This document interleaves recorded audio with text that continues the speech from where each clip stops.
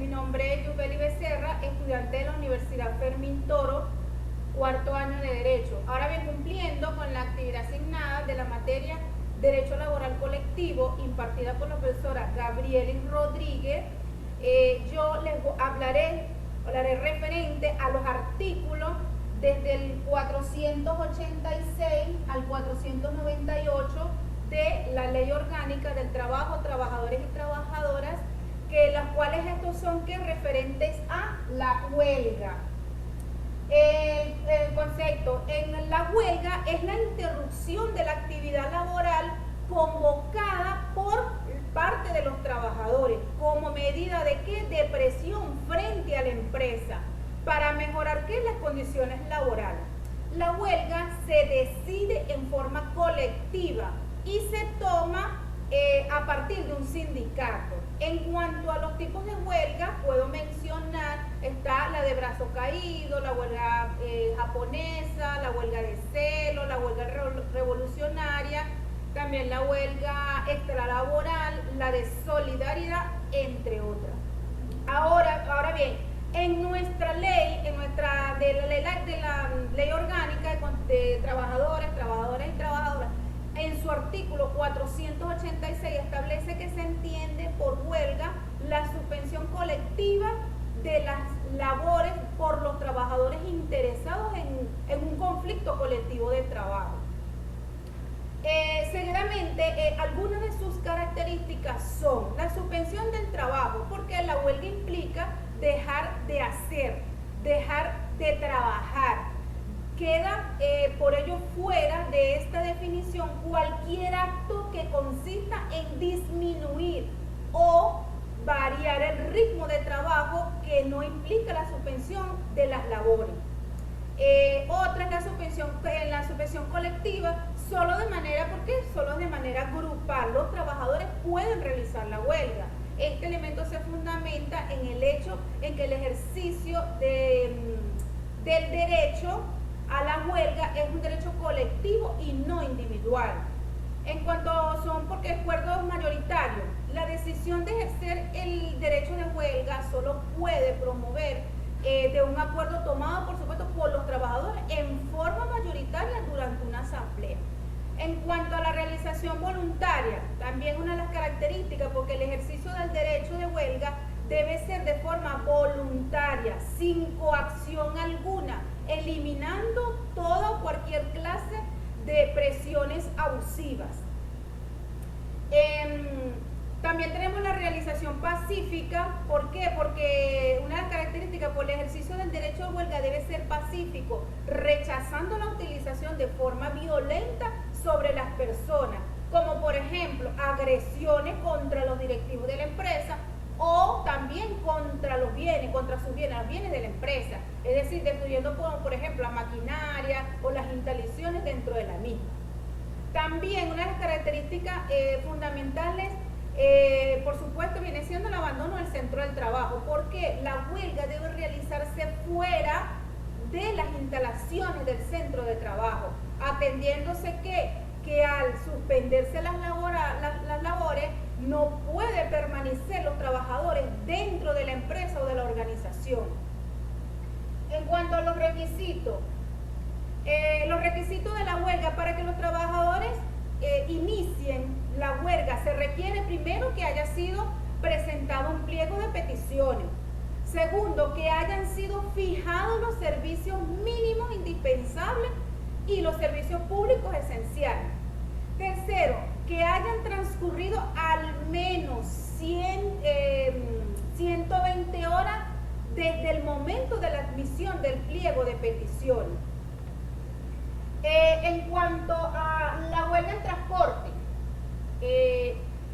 los trabajadores que presten servicio en transporte terrestre o transporte también aéreo no podrán suspender sus labores en sitios destinados a aquellos que puedan o donde tengan su base de operaciones o sean terminales de itinerarios dentro del territorio nacional como tal.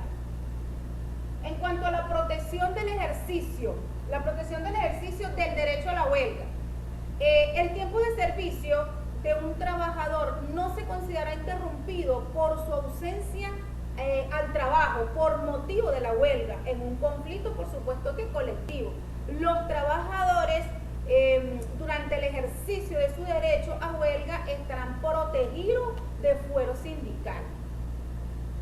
En cuanto a la huelga de solidaridad, en caso de esta huelga de trabajadores de un determinado, o por decir así, que vayan a hacer lo que un determinado oficio, como por ejemplo en arte, profesiones o gremios, que solo tengan por objeto ayudar y solidarizarse con otros trabajadores del mismo oficio en su lucha, por supuesto porque por sus condiciones de trabajo justas, se tramitarán dentro de la jurisdicción de la inspectoría, por supuesto, donde se realizará la huelga de solidaridad.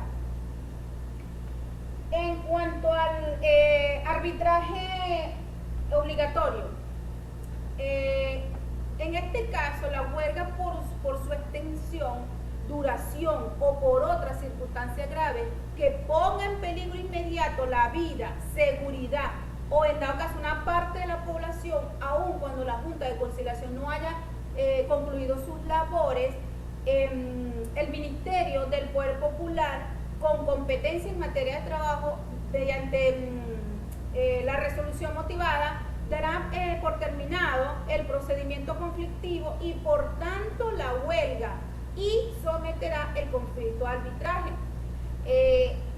En cuanto a la Junta de Arbitraje, en esta está formada por 3 miembros.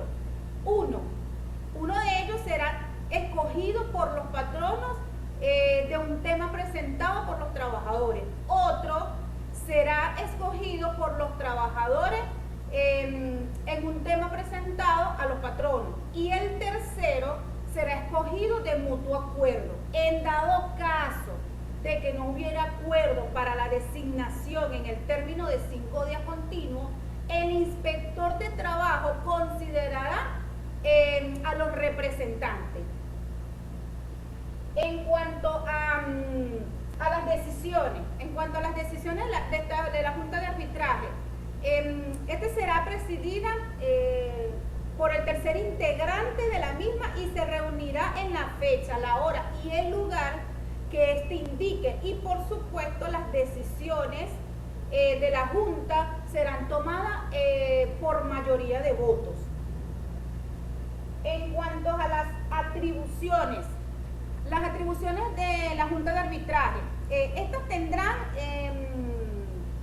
esta tendrá la misma facultad de investigación que un tribunal ordinario y por supuesto sus audiencias serán públicas.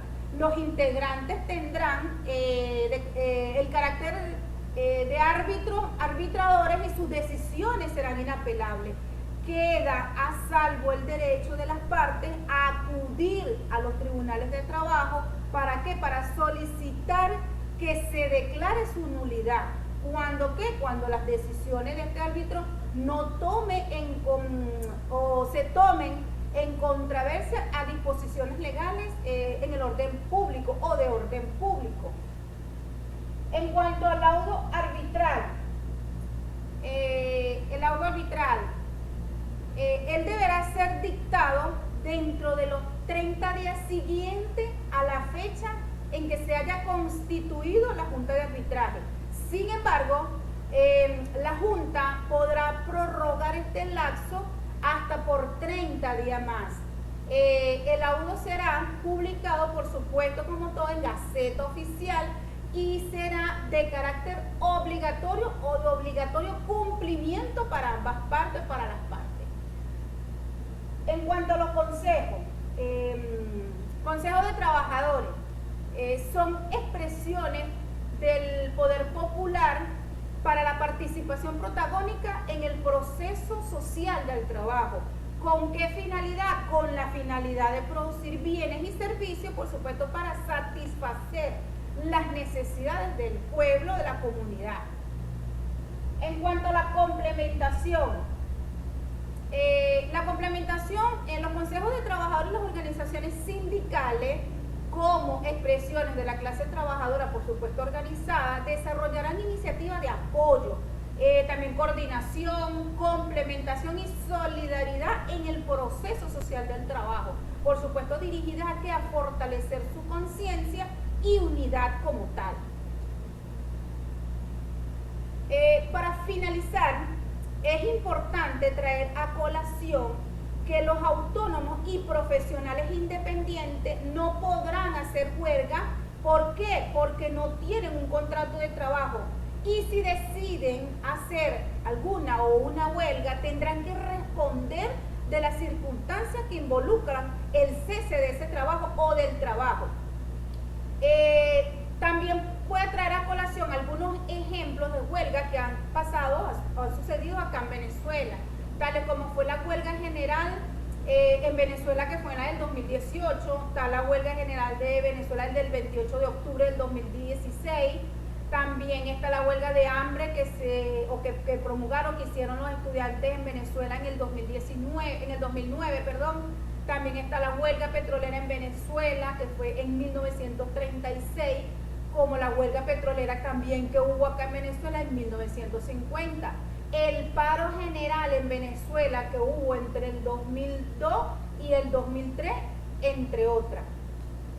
En cuanto a la huelga, o sea, la huelga es un derecho de todos los trabajadores del mundo y gracias a ella, por supuesto, se han conseguido grandes logros en temas de igualdad y mejoras salariales, ya que le permite decidir cuándo y en qué condiciones han de presentar a la empresa o han de presionar a las empresas y al Estado para conseguir sus pretensiones y restablecer el equilibrio que consideran los trabajadores alterados en su perjuicio. Aunque aún así, con todas estas, hay cosas en las que mejorar en la brecha laboral, como por ejemplo la brecha laboral, que hay muchas cosas que mejorar en género.